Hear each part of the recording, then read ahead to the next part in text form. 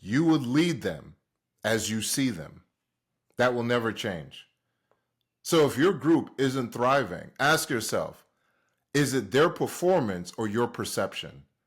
How do you see the people around you? How do you see them? How do you interact with them? Do you speak life over them? Do you pour life into them? Because if you don't, you may have amazing people that will leave you and go to an environment where they're getting the oxygen they seek. If you actually took time to learn about how incredible you were, nothing would ever stop you. I'm excited about this video. I am excited about this conversation. I'm excited. All right. You see value out of this? Like, comment, share, rewatch, take in.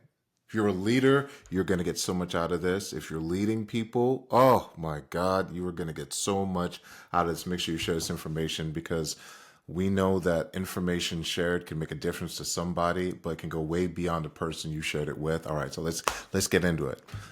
Leadership. So when I was in school, I had a teacher, and I was not doing well in math class. And they said something to me. They said to me, well, not everyone's cracked up to be great at math. That's true. But when you say that to someone who's like 12 years old, it sticks. I'd always been great up until that point with math. But from that point, I began to struggle. I just began to, it just wasn't clicking. And I couldn't understand what was going on. People around me couldn't understand what was going on. What I didn't understand at the time was those words. Those words. Words have power. No matter what anyone says, sticks and stones, we got it, but words do matter, especially with a young mind. But it doesn't matter if your mind is young, just in general. Later on, I'm progressing through school. I have another math teacher, and she says to me, well, I know you can do the work. Let's just do it together. And I sat down with her. I'd go to her after class, and the way she talked to me was totally different. She said to me in one of our sessions, oh, son, you're going to be great at this. Oh my God, look at your progress. Oh, this is fantastic. You're going to be a great teacher. And I'm thinking, great teacher. In my mind, I'm still hearing echoes of the conversation from the other teacher who said, not everyone's cracked up to be good at math. I ended up scoring really well with her. I did way, way better. I jumped up from like a C minus to an A minus in her class, which was massive for me because I'm further along. The work is getting harder, but I have a different leader. So look at the teacher and flip the word teacher with the word leader. All right. Let me explain what the difference was. It was how they saw me. That's it. It wasn't the information that was in front. It was what they saw in me that made all the difference. So I want to give you this principle right now, and I want you to embrace it. You're leading people.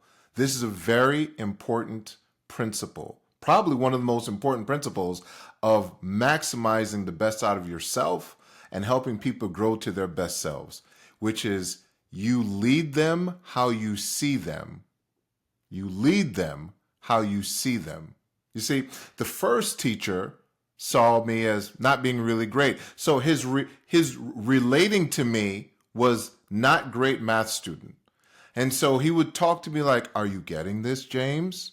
He would talk to me in that way. And some of you in positions, you know what I'm talking about, where you have someone in a leadership role, a coach, whatever that is, and you know that there's a conflict between how you see yourself and how they see you, and they can begin to chip away a little bit at your ability to perform at a high level. Sometimes you're just not motivated to perform at a high level for them, with them, because you know they don't see you great. So you don't act great. You don't go above and beyond. Then at the other end of the spectrum, there's somebody else who sees absolutely nothing but the highest version of you. They see you winning, thriving, assuming great roles of leadership. They see you outside of your comfort zones, right? And they relate to you how they see you. You see, if you see people great, they tend to get greater. If you see people small, they tend to shrink, at least away from you. I've seen people that make so much money leave the organizations they make so much money with because of how they were being seen. Pride is a powerful thing. The way we see ourselves, our self-esteem is a very, very powerful thing. And when you're under an umbrella of leadership that sees you small, even if you're being paid well, even if you have an amazing title, even if you have people around you that are saying, what are you thinking? You should be so happy. You won't be happy because the environment that you're in, you're not seen big. You see, when my kids were born, this was really a strange thing for me. They said, okay, they explained a pacifier. And I remember thinking to myself, why would I want a pacifier? For 9 months, they haven't said a word. So I never gave my kids pacifier. For 9 months, they never said a word. They were in the thing. All right, they were in the thing. So they're in the womb. They're not talking. They get out. First thing we do is give them a pacifier so that they'll be quiet. But they have something to say. And so I've always tried to relate to my kids to just talk to them, not like goo goo gaga and blah, blah, blah, blah, blah. I want to talk to them like they're human. So when they started crying, I talked to them like they're human. I talked like they were grown up. I talk to them now. My 6-year-old, I talk to her now. Like, she fully embraces everything that I say. But for her entire life, we've had full conversations because I see her one day grown. I don't see her forever as a child. And the only way that she's going to grow to adult language is if I have adult language with her now. It's not going to happen accidentally. So I don't say things. And when she was a baby, I didn't say, do you see daddy? Well, leaders do this all the time. Leaders do this all the time unknowingly. We categorize people. We say, okay, she's not really that motivated. She's kind of lazy. Or, man, he's my guy. He's the one. I like him. And we begin to relate. And look, it's human nature. It's human nature to put people in categories. You're not going to fall in love with everybody. That's a fact. However, when you're leading people, it is a great mistake. It is a great, great mistake to trap people. You see, you don't have to see everyone at the same level. But what you do have to get great at is seeing them at another level. They don't have to be at the same level. But you as a leader, your role is to take people to another level. Maybe they're a B student, a C student, a D student. But under your leadership, that D student getting to a C, that's unbelievable. That C student getting to a B, that's unbelievable. I will not forget when I sat in that teacher's class. And I was so used to seeing C's and C's and C's and C's and C's. The moment I saw a B, oh my God, it was like the most incredible. It was the most incredible feeling to see a B. Love that B. And I wanted more. I wanted to do better because that was an insight to me that I could do better. I'd already done great before, but I let that conversation dismantle my potential. And that other teacher, thank God she came along and planted new programming in my software. What is the programming you're giving your people right now? Are you leading them with, I see them at their greatest next level? Or are you leading them like, they'll never get it? They're not, and usually that comes from ego. Usually that comes from you think you're smarter than them. There was an old episode of a show called Batman, the animated series. And for those of you, 90s kids, this was the show. And I'll never forget this episode where this guy was talking to the guy who eventually became the Riddler. And he said, if you're so smart, why aren't you rich? I'll never forget that. If you're so smart, why aren't you rich? And it was one of the most humbling. Here's this guy who had all this ego. He was like, I'm so smart, I'm so smart. And he had this other guy who wasn't so smart, but he was very successful. And the thing that stuck out from the episode, that was such a powerful question. Such a powerful question. So let me ask you a question. If you're a great leader, how many are following you? If you're a great leader, how many are following you? Here's the key word, voluntarily. There's the word. You see, because if I'm following you because you have a paycheck and you can fire me, that's not quite the same thing. I'm afraid to lose my job, so I'm going to do what you say. Doing what you say is not the same as someone being led by you voluntarily. Someone being led by you voluntarily is saying, I trust that you are orchestrating a situation for me to thrive. That's what it's saying. If people don't feel that from you, they'll eventually go somewhere else. They will. They may not go there today, but they'll eventually get there. Or they'll be physically there, but they'll be checked out mentally because you don't see them great. They know you don't see them great. So they're going to give you what you see. They're going to give what you see.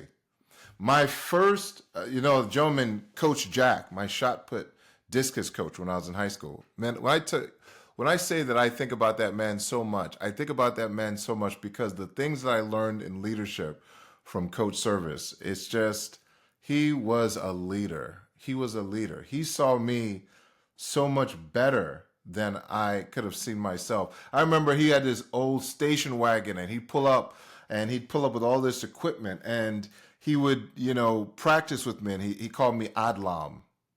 He said, Adlam, you're going to be great, Adlam. He's like, keep throwing, son, keep throwing. I want you to visualize yourself being great. He's the first person that ever used the word visualization with me. First person ever.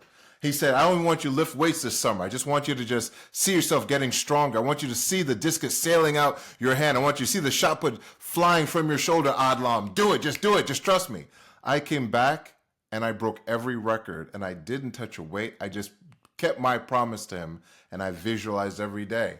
When I broke the school record for discus, I could, if you'd have told me the day that I started that I was going to break a record, I would have looked at you crazy. But he saw something. Why? He saw something. And let me tell you what happened when he saw something. He made me want to get up and get out there. I was early to every practice. I was late. I came early to every practice, and I was the last one to leave every practice. Why? I wanted to be in his orbit. He made me feel better about myself. He made me feel great. He made me feel like I was important. He made me feel like I could believe in myself. And everyone wants that. Everyone wants to be around a leader that sees them better.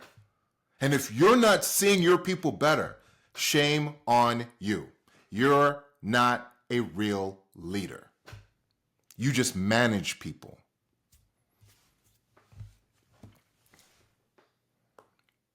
You would lead them as you see them. That will never change. So if your group isn't thriving, ask yourself, is it their performance or your perception?